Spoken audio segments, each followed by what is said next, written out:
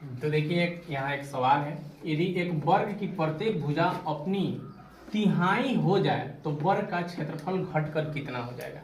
यानी एक वर्ग है, उसकी भुजा को तिहाई कर दिया जाता है। जैसे मान लीजिए x है, तो नया वाला जो वर्ग बन रहा है उसके भुजा को हम लोग x/3 कर देते हैं। तो ये बड़ा वर्ग है, ये छोटा वर्ग जब बन गया तो इसका क्षेत्रफल कितना हो जाएगा, घट के कितना होगा, नयका से कितना कम होगा। तो इसका क्षेत्रफल निकालेंगे, वर्ग का क्षेत्रफल होता है भुजा स्क्वायर यानी x स्क्वायर, और इसका क्षेत्रफल जब निकालेंगे तो भुजा स्क्वायर यानी x/3 का स्क्वायर यानी x²/9। अब यहाँ पे देखिए पुरानका वर्ग का क्षेत्रफल है x² और नयका वर्ग का क्षेत्रफल हुआ x²/9, यानी x² किसका क्षेत्रफल है, पुराना वर्ग x² पुराना वर्ग का क्षेत्रफल है।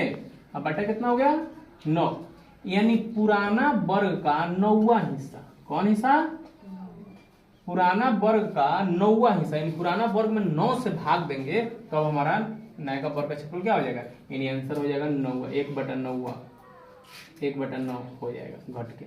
इसी टाइप का कुछ और ट्रिक देख लेते हैं। जब भी किसी वर्ग के भुजा को घटाए या बढ़ाए, 2 गुना 3 गुना 5 गुना या 1/3 2/3 इस तरह से कुछ भी करो, बस उसका स्क्वायर कर दीजिए, नया वाला क्षेत्रफल उतना हो जाएगा। जैसे देखिए अगर किसी वर्ग के भुजा को 2 गुना बढ़ा दिया गया तो 2 गुना बढ़ा दिया गया उसके भुजा को, तो पूछेगा क्षेत्रफल में कितना वृद्धि होगा, तो 2 का वर्ग कर दीजिए 4 गुना होगा।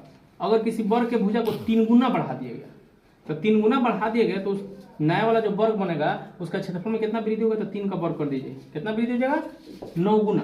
इस तरह बट्टा में आ जाइए। अगर किसी वर्ग के भुजा को आधा कर दिया गया, किसी वर्ग की भुजा को आधा कर दी गई 1/2, तो क्षेत्रफल में कितना कमी होगा, तो इसका वर्ग कर दीजिए, 1 का वर्ग 1 और 2 का वर्ग 4, क्षेत्रफल में 1/4 कमी हो जाएगा।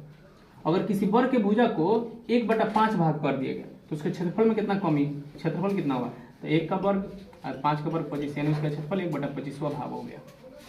तो इस तरह का सवाल बहुत ही इंपॉर्टेंट है। मिलते हैं ऐसे वीडियो के साथ, तब तक चैनल को सब्सक्राइब करके रख लीजिए।